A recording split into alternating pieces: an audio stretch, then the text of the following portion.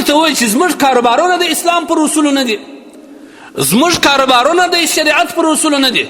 چا چې خپل د کاروبار دپاره کم قانون وټاکي، کم طرز عمل یې وټاکي، که د اسلام سره موافق وي که مخالف وي، بس موږ یې کوو، د هېچا باک بیا موږ نه لرو.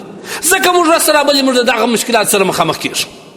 که حرام ډېرېږي، که په درواغو ډېرېږي او که په قسمو ډېرېږي، بس موږ یې رقم ډېروو. زموږ کاروبار زموږ د پیسو سره کار دی، زموږ د پیسو د ډېرېدو سره، د سرمایه د اضافه کېدو سره زموږ کار دی، بل زموږ د هېڅ سره کار نه دی. یوازې چې زما سرمایه ډېره سي. اوس خو په بازار کې دا قسمونه ډېر اخیستل کېږي. په کاروبار کې دا شی په څو راکوي، په دونې، دا نه دی اصلي. والله بالله په ده دې طلاق کوي، پر اصلي دی. استغفر الله، ولې قسم اخلي؟ تا ته د دې قسم ګناه در معلومه ده؟ په دې قسم باندې په دې کاروبار کې چې ته قسمونه اخلې او بیا خدای نه خواسته دا په درواغو باندې واخلې، د دې کم انجام دی، د دې کم عذاب دی، ته به دې خبره کړه. حدیث کې راځي نبي علیه الصلاة والسلام فرمایي 3 کسان دا رقم دي لا یکلمهم الله، الله هېڅکله د دوی سره خبرې نه کوي. استغفر الله. د قیامت په ورځ هم، د حساب کتاب په وخت هم الله د دوی سره خبرې نه کوي. ولا ينظر الیهم، نه الله د رحمت په نظر و دې کسان ته ګوري. استغفر الله. ولا یزکیهم، نه د دې تزکیه کوي.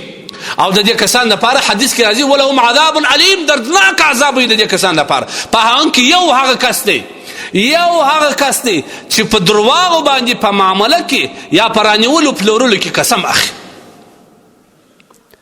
په رانیولو کې قسم څنګه اخلي؟ دا شی دکاندار ته ورغی، دا په څو دی؟ هغه ورته بشل وایي قسم به خدای ستا و مخ ته هغه یې په لاس روپۍ راکړي. اخواره کې متوجه شي زما دغه شی دی، هغه وایي وایي اخلم تاوان وکړي. دا پیسې دغه شی چې تا ځان ته راوړه دا حرام کوي. ستا د دغه یوه 50 روپو د 10 روپو په عوض کې به ته د خدای د خبرو څخه محرومه سې. الله د رحمت نظر بیا په تا ته نه ګوري، تا ته به په دغه یو عمل باندې درناک عذاب. یا خرڅول والا هم دغه رقم کوي. کم شی چې خرڅوي قسم په خدای اصلي دی، قسم په خدای که د یوې ذرې معامله دغه ملاوټ کیسه وي و دا دی و دا دی، په والله چې داسې دي، په والله بالله چې داسې. استغفر الله. دا قسمونه اخیستل دا په کاروبار کې ډېره سخته ګناه ده. ما درته وویل نه الله د رحمت په نظر ورته ګوري، نه الله د ده سره خبرې کوي، نه خدای تبارک وتعالی د ده تزکیه کوي، او د دې کسان لپاره به درناک عذاب وي. هغه کسان دي چې خپل سامان دې ته په عربي کې سلعه وایي، سامان په درواغو او بیا په قسمو خرڅي. بیا په حدیث کې د دې وضاحت شوی بعد العصر، د مازدیګر د لمانځه نه وروسته که چیرې سړی په درواغو باندې قسم واخلي او دا شی د خرڅلاو د په خاطر د یو شي د خرڅېدو دپاره قسم واخلي او دا قسم په درواغو واخلي، دا در هغه لا نوره زیاته ګناه راځي. ځکه په حدیث کې بعد العصر راغلی، د مازدیګر د لمانځه نه وروسته که بیا سړی هم په درواغو باندې قسم اخلي، په خپل معامله کې په خپل کاروبار کې د یو شي د خرڅولو لپاره په درواغو قسم اخلي، دا در هغه ډېره سخته ګناه ده. الله پاک جل جلاله بیا دته د رحمت په نظر نه ګوري. د خدای په خاطر خپل کاروبارونه سم کوي. کاروبارونه پیسې موږ ګټو، دا رزق الله موږ ته راکوي، دا رزق الله تبارک وتعالی زموږ دپاره مقرر ایښی دي. موږ په خپل خلو باندې، په خپل درواغو باندې، په خپل دوکو باندې، په خپل پراډو باندې، په خپل قسمو باندې ځان ته حرام کو. دا هغه رزق الله زموږ پر لیکلی دی. که ته چیرې معامله کې صفا معامله وکړې، درواغ نه ووایې، ایمانداري ښکاره کړې، رښتیا ووایې، دا هغه رزق الله پاک جل جلاله تا ته هم لیکلی دی. ولې په لوی لاس حرامه یې؟ لږ خو اصول یې زده کړه. بابا ته هغه زوی در ټول محبوب دی، پلار ته هغه زوی در ټول محبوب دی چې ډېرې پیسې ورته راوړي. بارا دی په دې باک نه کوي چې دا په درواغو ګټي، سود کوي، دوکې کوي، فراډ کوي، مسلمانانو په خوله کې خاورې راځي که نه چې د دی په څه دغه زوی به دا هم دی ښه بیدارو کوي زی دي ماشاءالله خدای دې غم نه راکړي. زموږ کور ګرده کور پر ده باندې ولاړ دی. دا لا هم ته ورته وایه، بیا به وګورې چې هغه نور څوم د ملا تړي. ای بابا ته چې سپین زری شوې در دغه وخت الله نه کړې مور دغه الله تبارک وتعالی د لوږې نه کړې مړ، د تندې نه کړې مړ. اوس هم که دغه زوی ته یو لکړه کښېږدې، یو قاعده او قانون ورته کښېږدې چې زویه که دې ما ته حرام راوړې وه، قسم په بالله کې بیا ستا په کور کې زما شپه اوسي ځم در څخه.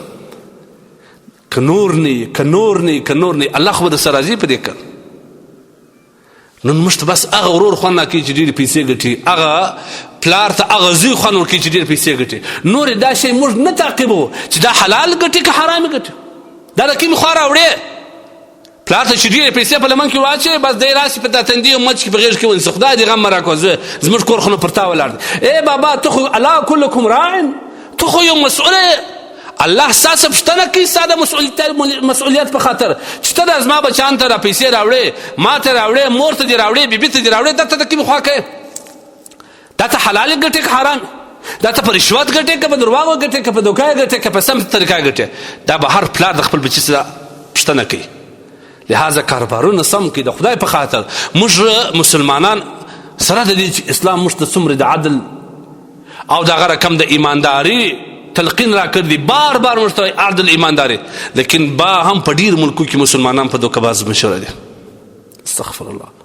دا وجه چې دا زموږ په پیسو زموږ په زړونو کې د پیسو د مال او د دولت محبت لیدلی دی که دا نه موږ به هم بسنه کوو په کوم شي چې الله موږ ته راکوي هغه به زموږ دپاره کفایت کوي د الله په خاطر باندې کاروبارونه سم کړي خپل اولاد چې مې کاروبارو ته مخ کړی دي تا په 15 کاله کې کاروبار کوم حال ته ورسوي په حلالو دې وګټې نن د خپل بچي دغه رقم تعقیب وکړه نګراني یې وکړه که دا بچی درواغ وایي تا زه په سپینه ږیره کوم زه ولاړ زه په تا نه ګټم کاروبار کې درواغ ویل ډېره سخته ګناه ده په کاروبار کې قسم اخیستل ما درته څومره سخته ګناه ده لهذا د قسمونو باید موږ ځان وساتو